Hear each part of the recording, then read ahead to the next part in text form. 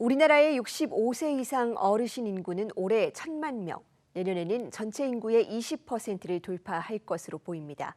이른바 초고령 사회로 진입하는 건데요.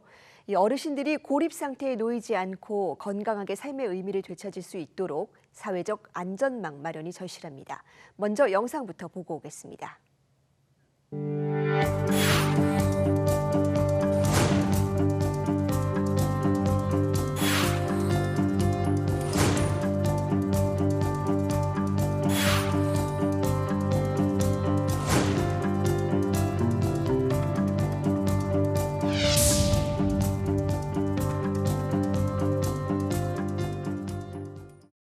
네, 이 초고령 사회를 앞두고 우리 정부는 어떤 안전망을 준비하고 있는지 보건복지부 이기일 제1차관과 자세히 짚어보겠습니다. 차관님 어서 오세요. 네, 안녕하세요. 오랜만에 뵙습니다. 네, 반갑습니다. 이제 정말 이 초고령 사회가 눈앞에 다가와 있습니다. 어떻게 하면 이 건강하고 행복한 노후를 보낼 수 있을까 이 걱정하는 국민들이 참 많으신데요. 네, 정부가 최근에 이걸 주제로 민생 토론을 열었습니다. 어떤 내용이 나왔을까요? 예, 저희가 지금 22번째 민생 토론이 있었고요. 원주에서 있었습니다. 네. 이번에는 저희가 어떻게 보면 어르신들에 대한 존경과 예우였었습니다. 정말 60년도에 정말 어렵고 힘들 때 우리나라 국민소득이 80%이 안 됐었거든요. 그런 어려운 상태에서 정말 산업사회를 이루시고 때로는 독일 가가지고 파독 광부도 하고 간호사도 했었잖아요. 네. 그 정말로 많은 고생을 하셔가지고 지금은 우리나라 35,000불의 훌륭한 나라를 선진국이 됐습니다. 근데 우리 어르신들이 1,000만이 되다 보니까 많은 분들이 편찮으실 때가 많습니다. 네. 그렇기 때문에 건강하실 때는 이러이런 정책을 제가 잘 개발해서 좀 잘 돌봐드려야 되겠다. 또 아프시게 되면 병원이라든지 요양병원이라든지 요양시설을 통해서라도 잘 모셔야 되겠다. 그런 걸 주제로 저희가 이번에 토론을 하게 됐습니다. 네, 그렇습니다. 이 민생 토론회에서 어르신들을 위한 정말 다양한 정책들이 발표가 되었는데 이런 정책들이 나오게 된 어떤 배경이 있을까요? 초고령 사회는 어르신 전체 인구가 우리 전체 인구의 20%가 넘는 것을 의미하게 돼 있거든요. 근데 우리 평균 수명이 지금 보게 되면 84세입니다. 그런데 건강할 때 나이는 71세거든요. 13살, 13세 정도는 사실은 매우 아프시다는 것이잖아요. 네. 그래서 저희가 여기에 대해서 이걸 어떻게 하면 좀 잘할 수 있을까 해가지고 지난해 2월 달부터 우리가 팀을 꾸려가지고 때로는 부천도 갔다 오고 또 의성이 가장 또 어르신들이 많습니다. 네. 45%가 되거든요. 가서 그런가요? 어떻게 하시는지 또 김해도 갔다고 해가지고 대책을 만들어서 또 한편으로는 전문가들 한 20분을 모여가지고 그 팀을 만들었습니다. 그리고 대책을 만들어서 이번에 토론회 때 저희가 그 대책을 발표하게 된 것입니다.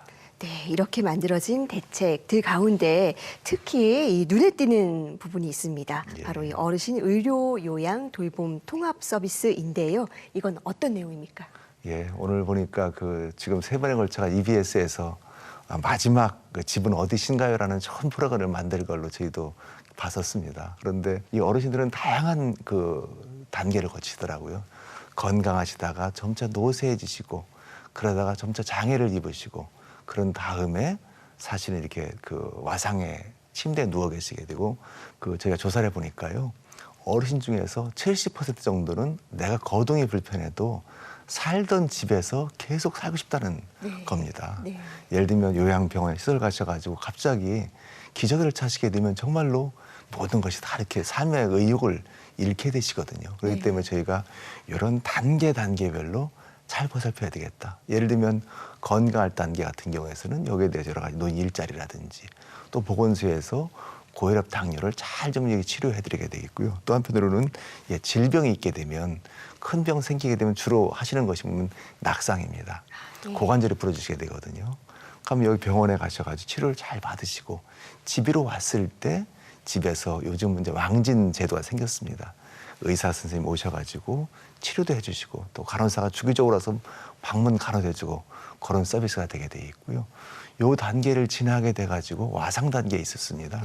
그런 단계에서는 저희가 평가를 해가지고 여기에 대해서는 정말 힘드신 분들은 요양병원에 그렇지 않은 분들은 요양시설에 모시는 것이 되겠고요. 그리고 나중에 이 사망 단계가 있습니다. 사망 단계에서는 사실 여러 호스피스라든지 또 완화 치료를 해가지고 잘 돌아갈 수 있게 만드는 것이 제 목적이었습니다. 네, 집에서도 여러 가지 통합 서비스를 받을 수 있도록 하자는 건데, 자, 그렇다면 이번에 추진되고 있는 이 어르신 의료 요양 돌봄 통합 서비스는 기존에 있던 이 통합 돌봄과는 어떻게 다른지, 그리고 또 이렇게 새로운 방식의 어떤 통합 지원이 필요한 이유가 뭔지도 궁금합니다. 예, 우리 대상들이 있는데요. 네. 대상 같은 경우에는 75세 이상 어르신들입니다. 주로 혼자 거동이 불편한 어르신들이라든지 아니면 큰 급성이 병원에서 고관절이라든지 다른 수술을 받고 오신 분들을 대상으로 하고 있거든요. 그래서 이분들을 대상으로 저희가 여러 가지 그 통합 판정 체계를 지금 만들고 있습니다. 예를 들면은 의료 필요도가 매우 높다, 또 요양 필요도 높다 하는 분들은 요양병원에. 그런데 의료 필요도는 낮은데 요양 필요도가 높다, 그런 분들에 대해서는 요양시설이거든요. 요양원이라고 하잖아요. 그런데 이분들은 주로 두 가지가 있습니다. 첫 번째는 요양원에 가서 이렇게 계시는 경우도 있지만 때로는 집에 있으면서 여러 가지 노인 장기요양 보험 서비스, 방문 요양이라든지 방문 목욕이라든지 또 방문 간호 이런 서비스를 하도록 되어 있고요. 그렇지도 않고 상당히 몸이 건강하시다, 그럼 그분들은 잘 찾아가 가지고 여러 가지 가사를 돌본다든지 또 청소를 해준다든지 그런 서비스를 저희가 할 거를 계획하고 있습니다. 그렇다면 실제로 이런 통합 지원이 이루어졌을 때 우리 어르신들께 어떤 변화가 있었는지, 그리고 특히 우수한 성과를 보여준 지자체들의 어떤 특징이 있었는지도 궁금한데요. 예. 저희가 이번 시범 사업을 해봤거든요. 해보니까 우리가 4,200명 정도 어르신들을 대상으로 14,000번의 여러 서비스를 제공을 해봤습니다. 그게 세 가지가 되겠는데, 첫 번째는 이분들이 삶의 질이 매우 좋아졌다는 것이 되게 많이 있었고요. 네. 두 번째는 퇴원 환자를 조사해 보니까 예를 들면은 그 집에서 이렇게 저희가 이번 서비스 대상 같은 경우에는 303일 있었는데 336일로 늘어났습니다. 30일 늘어났는데, 그렇지 않은 분들 같은 경우에는 되려 325일에서 322일로 떨어지게 되어 있었던 거고요. 또 하나가 이 돈이 많이 듭니다. 한 2,100만 원쯤 드는데 이런 서비스를 잘 해보니까 1,400만 원 정도, 700만 원 정도 떨어진 연간 기준입니다. 그런데 가장 중요한 것은 사실은 그 지자체의 관심과 열정이더라고요. 이게 나타나게 된 것은 크게 두 가지입니다.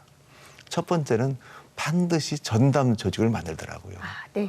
이 광주 같은 경우에는 이 스마트 돌봄 담당과라고 그래가지고 여기에 42명이 근무를 하고 있습니다. 그리고 부천 같은 경우에도 10명이 근무를 하고 있고요. 네. 그렇지만 동사무소가 또 다 있거든요. 요즘에 행정복지센터라고 그러죠. 여기 그 광주 같은 경우에는 서구인데 56명이 근무를 하고 있고요. 나머지도 한 20, 30명이 근무를 계속 같이 하고 있는 것이 되겠고요. 두 번째는 협력 체계입니다. 사실은 병원에서 퇴원을 하고 나오고 퇴원하게 되면 그 다음에 이 환자를 받아줘야 되잖아요. 그럼 지역에 있는 재택의료센터에서 받아주기도 하고, 또 상당히 또 이게 좀 상태가 나아지게 되면 여러 가지 가사 서비스를 해줘야 되는데 이게 한결되는 것이 아니거든요. 네. 그렇다고 그러면 의료기관, 병원과 또 한편으로는 그 재택의료센터라든지 또 건강관리공단이라든지 지자체가 혼인일체가 돼가지고 하나로 뭉치는 겁니다. 제가 한 1년 반 전에 일본을 갔다 왔습니다. 네. 일본 가보니까 참 재밌습니다. 일본에서는 이렇게 자기가 병원에서 수술을 받고 이렇게 오잖아요. 그럼 중간 단계에 회복기 병원이 있습니다. 이 병원 같은 경우에는 병원 이름이 뭐냐고 그러면 집으로 돌아가자 병원입니다. 네. 여기서는 한 열흘이나 한 보름쯤 치료하고 집에 가십시오라고 계속 재활치료 해주게 돼 있고요. 집으로 가게 되면 그 지역에 있는 재택의료센터가 있습니다. 우리는 아직 그 지역이 아직 부족하기 때문에 지난번에 2018년이죠. 왕진 서비스를 만들고 지금 재택의료를 열심히 지금 하고 있는 그런 단계가 되겠습니다. 네. 전담 조직과 협력 체계, 다른 지역으로도 많이 확산하길 그렇습니다. 바라겠습니다. 맞습니다. 예. 네.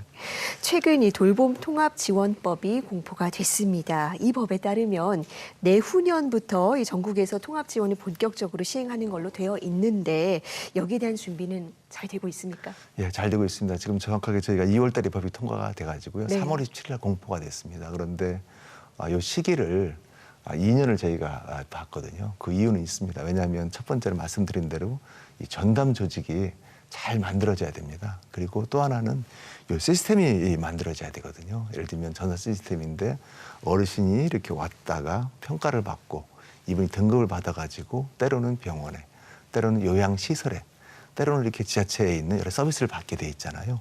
어떻게 서비스를 받고 있는 것인지. 또 어르신들은 보게 되면 이게 노쇠 단계를 지나가지고 와상 단계 또 여러 가지 또 장애 사망 단계까지 가게 되기 때문에 단계가 지남에 따라 다른 서비스를 제공해야 되기 때문에요. 그런 서비스를 저희가 지금 정보 시스템을 개발을 하고 있습니다. 그리고 지금 아까 여러 가지 광주, 서구, 진천, 안산, 부천 같은 그런 게 4개를 말씀드렸지만 사실 12개가 지금 이렇게 사업을 하고 있습니다. 그렇기 때문에 이 사업을 쭉 하면서 정말로 어떤 것이 필요한 것인지 어떤 것이 부족한 것인지 어떤 서비스를 주게 되면 어르신한테 좀 더 서비스를 갈 것인지를 잘 마련할 계획으로 있습니다. 네, 정말 이 하루가 다르게 변하는 세상에서 우리 어르신들이 소외되지 않도록 그리고 행복한 노후를 보낼 수 있도록 촘촘하고 따뜻한 안전망 만들어 주시기 바라겠습니다. 예, 더 열심히 하겠습니다. 네, 차관님 오늘 말씀 고맙습니다. 네, 감사합니다.